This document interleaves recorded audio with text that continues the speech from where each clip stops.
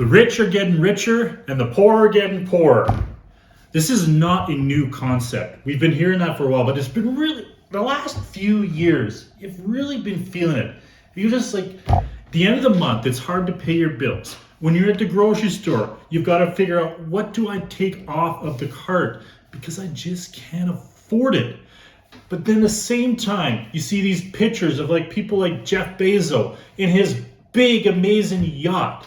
And it's just, the rich are getting richer and the poor are getting poorer. This is not a new concept. It's not a new idea.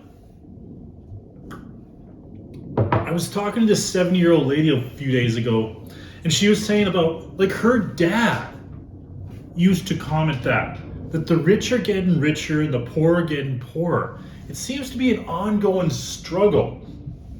In fact, this struggle has probably been going on for all of humanity.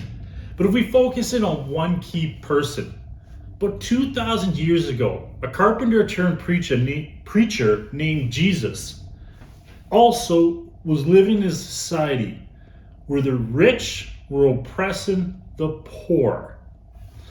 Often when I think of this situation, I envision Jesus among the poor. Jesus going down to his homeless shelter, his tent city there, and he's helping to feed the poor. Kind of like the story of the feeding the 5,000. So Jesus is down there with the poor people, feeding them, because that's what he came to do, to help people. But this isn't always so. And it's an interesting thing when you think about the calling of the 12.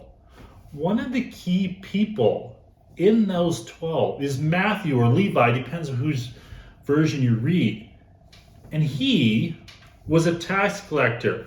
And let me just give a little context. Jesus and life and class conflict. They point out that, be that it may, taxation was obviously a major arm of the repressive imperial apparatus and the main method of economic extraction from the peasant class.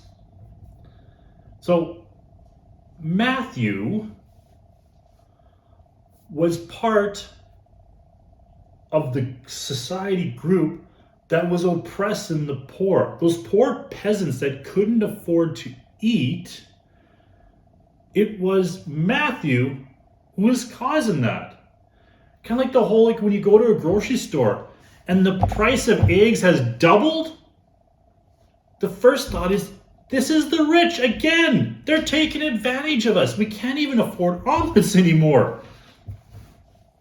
But when Jesus calls Levi or Matthew in Mark chapter 2, and I think it's Matthew 9, so Jesus is out teaching, and then he comes across Matthew in a toll booth, a tax collector's booth.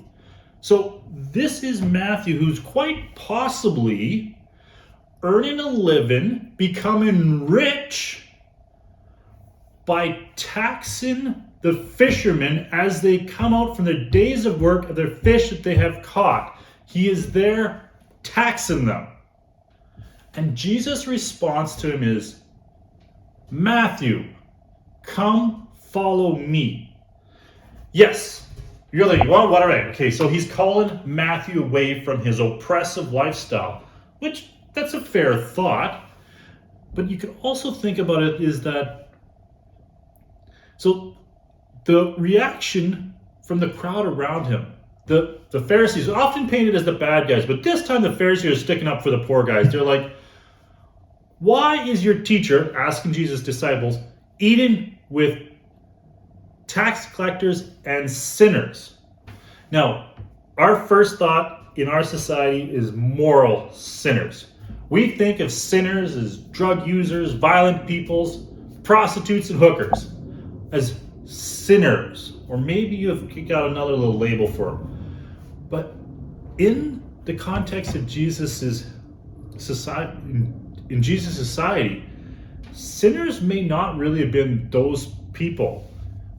Back in Jesus and life conflict, they've done an exhaustive study of the word sinners used in Jewish writings. And they've come to a much different conclusion. So first of all, sinners were lawbreakers who act as if there was no God and were due punishment. Revealing, whenever their socioeconomic status is mentioned, it is always to designate oppressive rich people. Those people who are making the groceries more expensive, always designated in the Hebrew context as those people. As one early Jewish text put it, "Now I tell you, sinners, you have satisfied yourself with food and drinking, robbing and sin, impoverishing people and gaining property and seeing good days.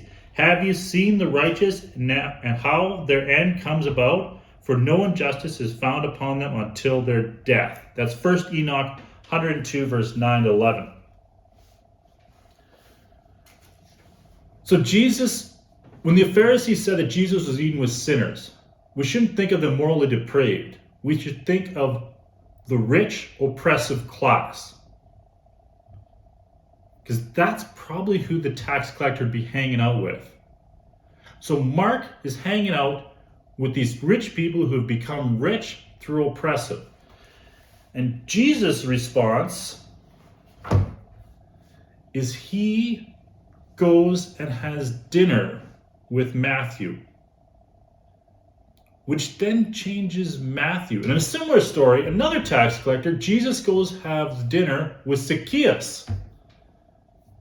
And through his association with them, he changes their perspective on the poor. And in the Zacchaeus story, he gives away he gives away a whole pile of his wealth to the poor and rights the wrongs that he has done. In Matthew's case, he gives up his job and joins in Jesus' mission to the poor.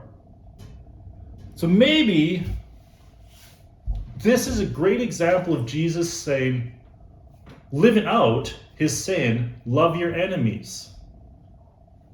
Jesus' enemies in his society were the oppressive class.